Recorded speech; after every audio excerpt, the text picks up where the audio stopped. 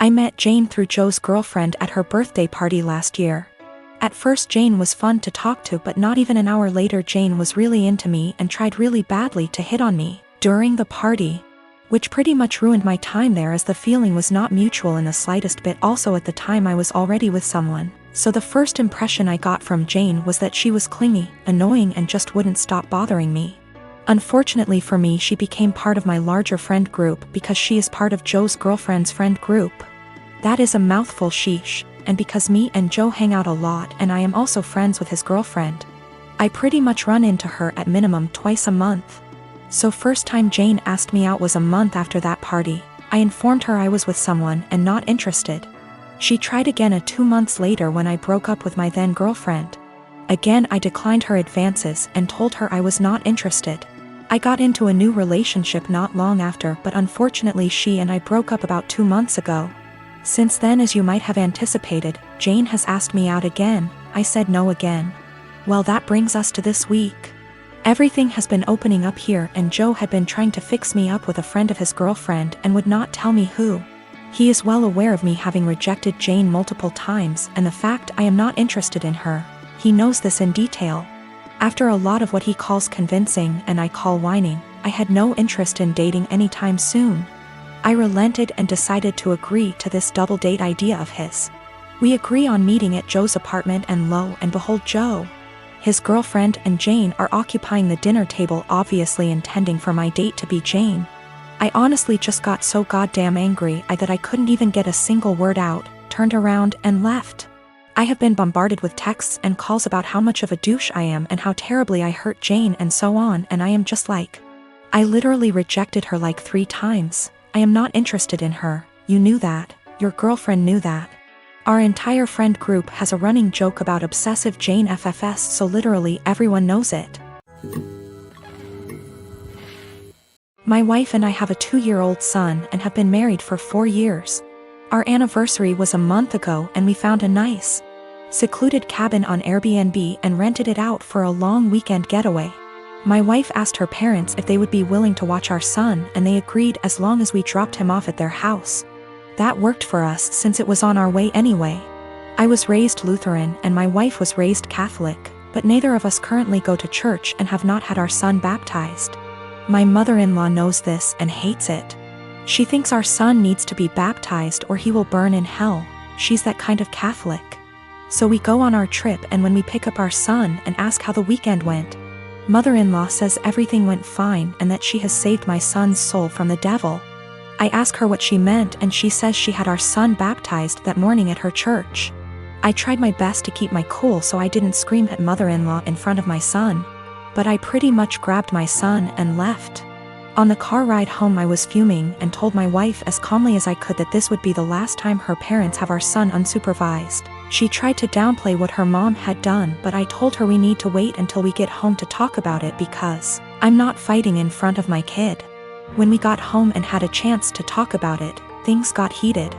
I told my wife I no longer trust her parents with our son and that if they did something like this behind our backs, I can't trust them to respect our wishes as parents in the future.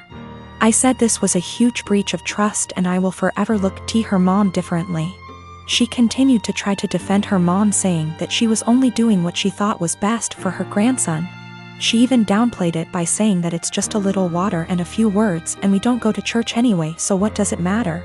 I told her that under no circumstances will I allow her parents to watch our son by themselves again.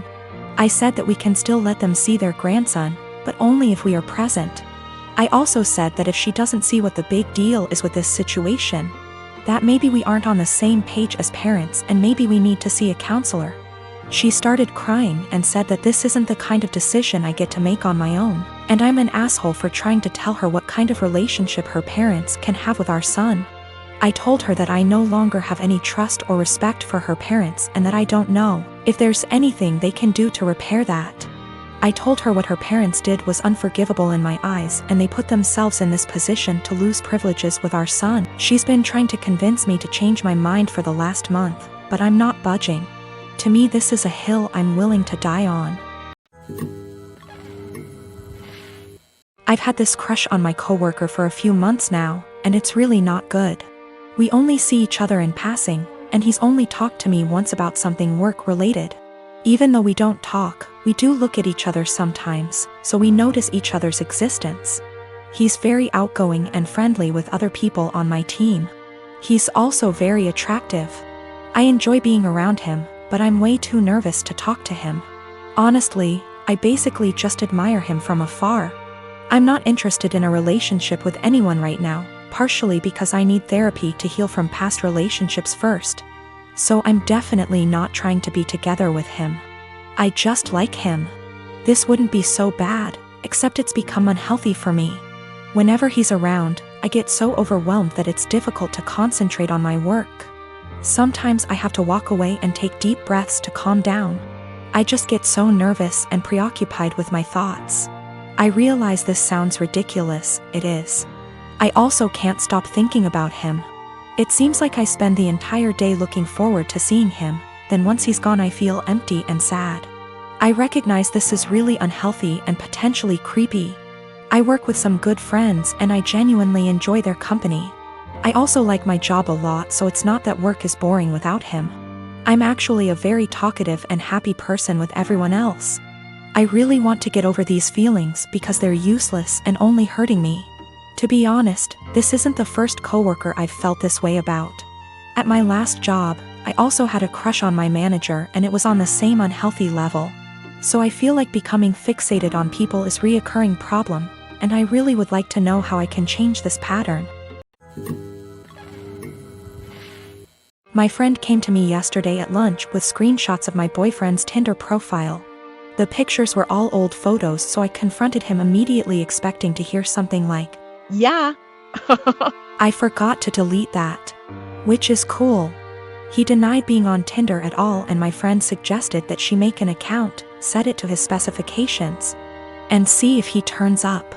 And there's his profile.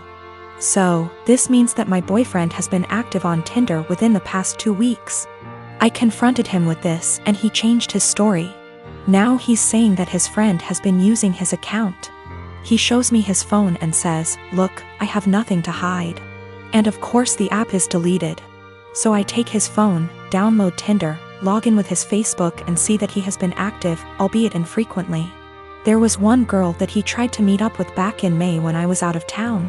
The girl gave him her phone number, and even though he deleted whatever messages they exchanged, I still saw that he had her saved in his contacts. So that's about everything that I know. He either cheated on me or planned on cheating on me while I went out of town, and I'm sure this isn't the only time it's happened. This relationship is pretty much over. He is swearing up and down that it's not true. He doesn't use Tinder and he doesn't know this girl. I'm going crazy with how much he's outright lying. He seems so sincere, but I know what I saw. I can't listen to him deny this one more time. This blew up while I was away. I'm sorry I won't be able to respond to every comment. So I did some stuff that was kind of petty and stupid today. I made a fake Tinder account, matched with my boyfriend. And he starts messaging me and immediately asks me to meet him for a drink. We agree to meet by a fountain in the center of my town, and I pack up all of his stuff in a tote bag, put on a great outfit and went to the fountain. I stood kind of out of the way of the fountain in the shadows where I could watch the street that I knew he'd be arriving from. I was devastated, but I figured this way I could catch him without a doubt and end things quickly.